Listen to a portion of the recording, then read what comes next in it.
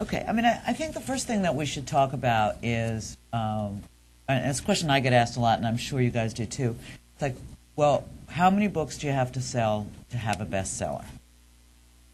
Well, let's define bestseller. I mean, I would like to think that if you're on the Publishers Weekly bestseller list, that you would all be very happy with that, and you would be. But I think we have to recognize that what we're talking about mostly when we say bestseller is the New York Times bestseller list. Is that fair? Good. Argue with me. Well, no, the thing about the Publishers Weekly bestseller list, for those of us who follow very closely, is that it includes the practical nonfiction, a lot of the how-to books, which sell actually at such a great rate that a lot of the other nonfiction books can't get onto that list. So that's the only difference between the two. New York Times bestseller list divides the books so that narrative nonfiction is separate from practical nonfiction. Right. Because the Times has this miscellaneous how-to list, and we just put it all together. So, so different books bubble up. I mean, if you do compare the lists, for the most part, for certainly for fiction, I mean, they're very, very similar. You'll see the top 5 books are almost always the same. You might, number 3 and number 4 might, switch places. But then there are some surprises, and I think it's worth saying that in this country we do not publish hard numbers of sales, how many books are sold, and so all lists are relative, and that's sort of the first part of my answer to the question about, how many books do you have to sell to be a bestseller? Well, it depends. It depends who else came out with a book that week. It depends. As John just said, if it's a list that includes how-to books, which generally sell in much greater quantity, and you've written a narrative nonfiction, you're going to probably have to sell more books to get higher up on the list because you have a different kind of competition. So the short answer is there is no number. And yet, a book can sell 5,000 copies in a week and get on the list. Mm-hmm. Depends on the week, right? Near the bottom of the list, there are sometimes books that appear on it for only a week or two that in the aggregate don't sell very many copies and probably are not even perceived as that successful. But they sell at a very high velocity for just a week or two. Right. And then there are books that never make it onto the list. That sell at a smaller level, but over a very long period of time. Right, for years and years and years. I mean, a lot of backlist books. I mean, you'll see, around graduation time, you'll see that Dr. Seuss book come up on the list. Because it's a great graduation. All the places you'll go, right. And the rest of the year, I'm sure it sells very well. I mean, you don't see The Great Gatsby on the list very often, but it sells at a nice clip. You don't see To Kill a Mockingbird, or what my 14-year-old calls How to Kill a Mockingbird. It's the 21st century version. You don't see that on the list very often, but it's, it sells consistently through the, so. Right now, everybody's saying that the list is very soft, and it's quite easy to get on it because there isn't that much traffic in the stores. So it's easy to get on, but there is so much competition because there are big books coming out all the time, so that you might get on the list, even if you are a household name, but you won't be on the list as long as usual. Let's say a David Baldacci, who might have been on the list last year for 10 weeks, this year might only be on the list for 4 weeks because Stephen King or someone else as famous is going to drop him off. So the list is very fluid. What is aside from the obvious accolades and the pleasure of seeing your name on the list, are there actual benefits, financial, creative, career benefits from being a best-selling author? I think there definitely are. I think that as with many things in life, including our present economy, if I can stray off, I think that you can find a lot of haves and have-nots in the publishing industry. There are fewer people in sort of the middle zone, and more people concentrated either with very modest sales or with enormous sales. And I think that being on the bestseller list tends to be a self-perpetuating thing in terms of having more display presence in the stores, which in turn begets more sales. And I do think it could increase your price for your next book, just in terms of the cachet that you add to the publisher's list. I worked with a colleague who was very wise, and he'd been in the business for about 50 years, and after trying to intellectualize the whole thing, I realized that it all came down to what he said, which is that people like to read what other people are reading. Okay, so everybody here has been involved in some way or another, either as an editor or publisher or a publicist, with many, many, many bestsellers. So what's the secret? There is no secret. That's the secret. There's no secret. I mean, I think, as we've spoken before, I think if there was a secret, we would all be doing it more. And Intense visualization. Yeah, exactly. A lot of praying.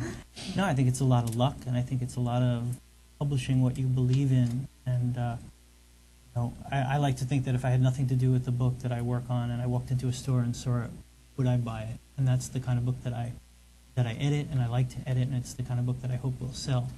And you just hope that there are enough like-minded people who follow suit. But everybody has a well-intentioned book that you put out, and it's a great book, and the company gets behind it, and it just doesn't do well.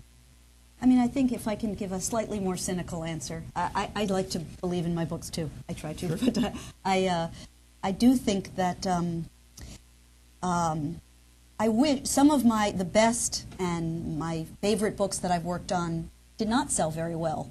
And I think that if I look at the commonality to a lot of the books that were bestsellers, a lot of them were by celebrities or famous people. And John could probably speak well. He's one of the few editors out there who has consistently published a lot of books by people who are maybe writing sort of real serious books that have cracked the list, which is really the holy grail, I think, the hardest thing to do. I think if you study the list, you're going to see predominantly it's going to be people who are talking heads on television and who are familiar presences from Oprah, or who are already sort of household names before they hit the list.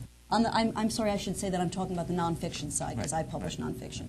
And I always rejoice when I see something that's a great reading experience that has broken through where that's not the case.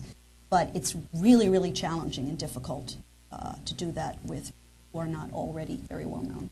Okay, I'm going to make you tell the story about the Barack Obama book. Well, make John talk a little bit first.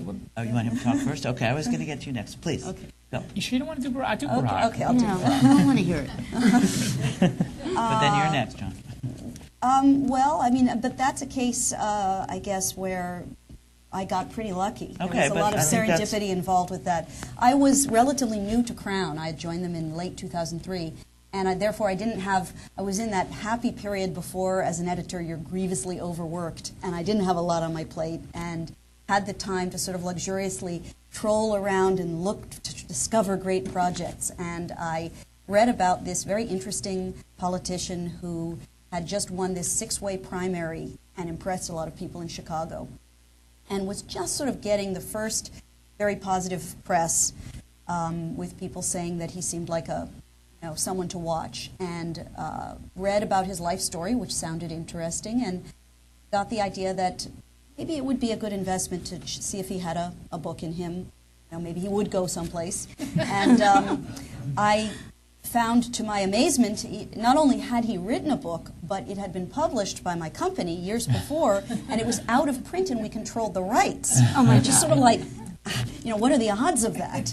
And so I approached him to write a preface to it, which he did, and that too was very lucky because of being able to work with him on that, I was able to establish a relationship with him, which later would make it possible more easily for me to buy his next book.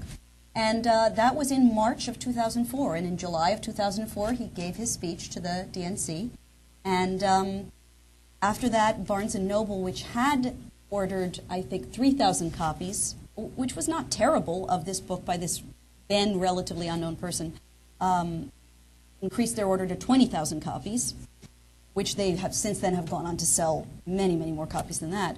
I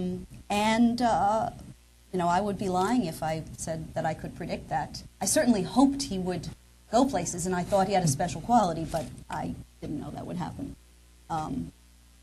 So I don't know what that proves about anything. That it's a combination of smarts and luck and a lot of things. But you were saying, you should have an instinct about go after, and I read that book, and it was a phenomenal book. I mean, he is really someone, Jacob Weisberg of Slate once wrote about him in an article for, I think, Men's Vogue. He wrote an article where he said, it's more like a writer who became a politician than a politician who became a writer. And he is really a superb writer, and he writes his books himself.